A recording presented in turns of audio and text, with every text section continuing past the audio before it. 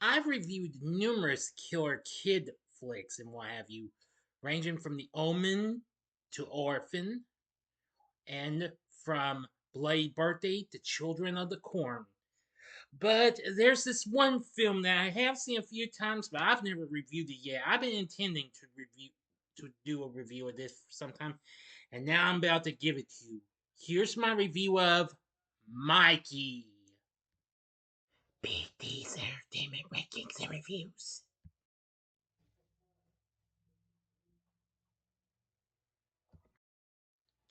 So, greetings, my fellow YouTubers, and welcome to Big D's Entertainment Rankings and Reviews.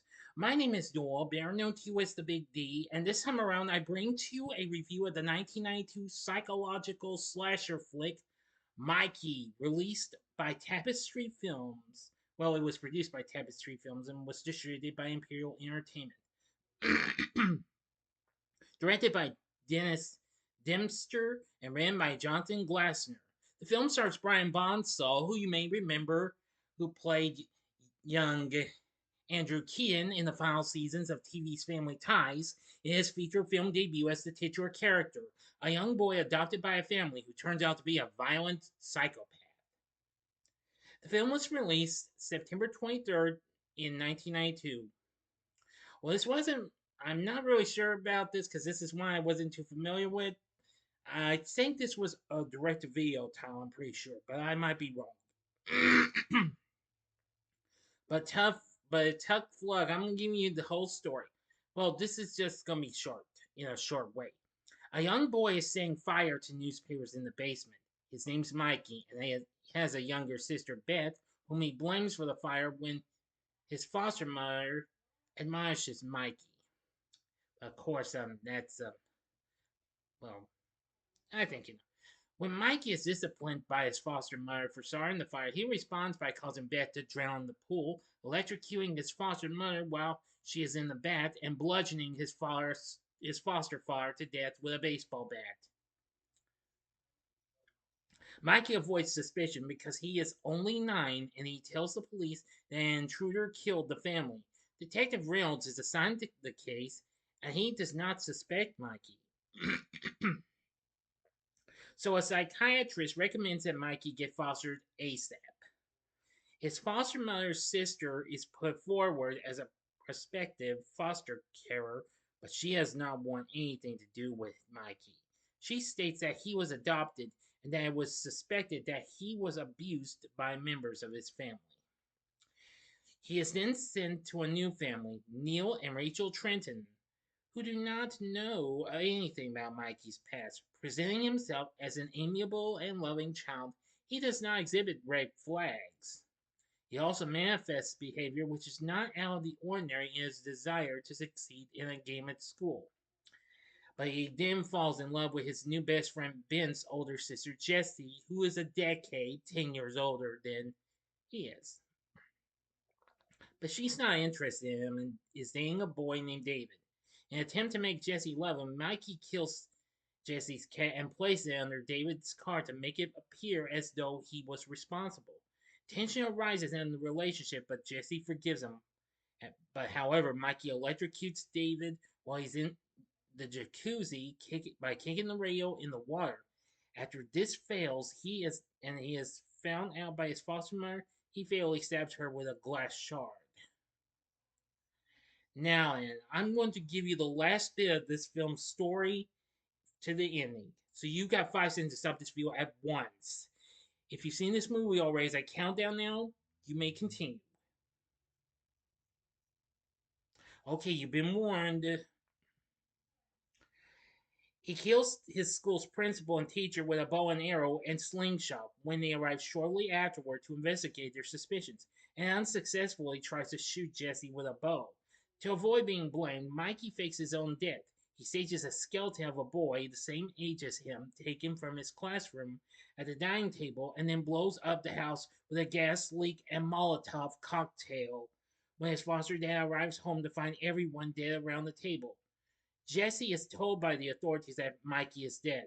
Later, Mikey, going by the name Josh, is adopted by another family. End of story. So, what did I think of Mikey?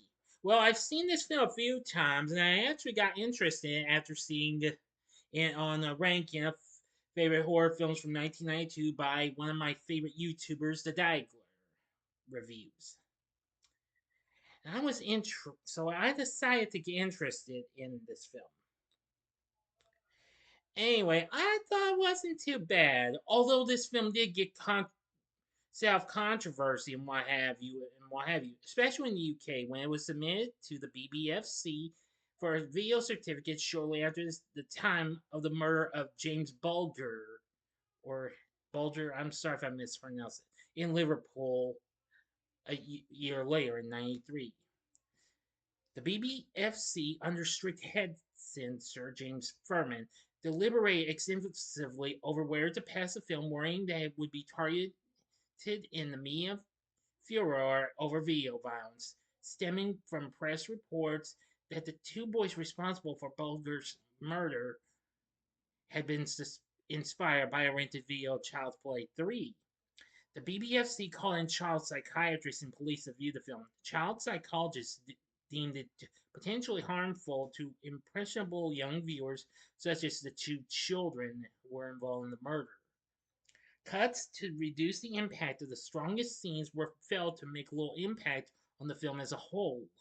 By '96, the distributor's rights to release the film were about to run out, and under pressure to make a decision, the BBFC rejected the film.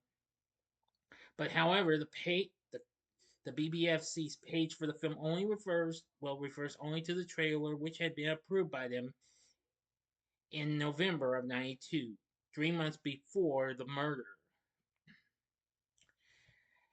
Well, when it first came out, it was heavily dissed. TV Guide panned this, which they felt was directed with negligible flair and had a horrifying but implausible story.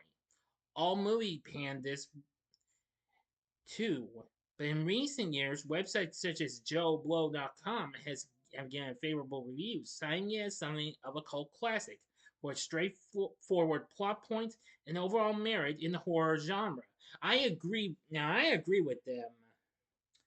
Uh, but anyway, I think this is easily a cult classic in my book. The film sits at 45% on Rotten Tomatoes. So, Tim Truman does the film's score, and it's pretty good. Pretty frightful in some parts. Now, for our cast, we have Brian Bonsall playing the titular character of Mikey. I gotta say, he does an incredibly good job. And of course, he has changed a little bit. Well, ever since it had been 3 years since Family Ties had been canceled. Of course, after that, he would go on to appear in Fatherhood and Blank Check. Never saw Fatherhood. I've heard of it though, but I have seen Blank Check though. I'm gonna say he really steals the show. Josie Bissett played Jessie. I gotta say she's very good.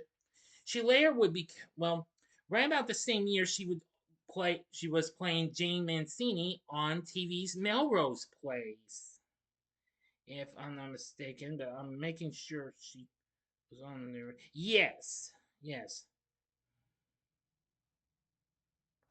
She had recently appeared in episodes of Doogie Howser MD, Quantum Leap, and the Hogan Family before this.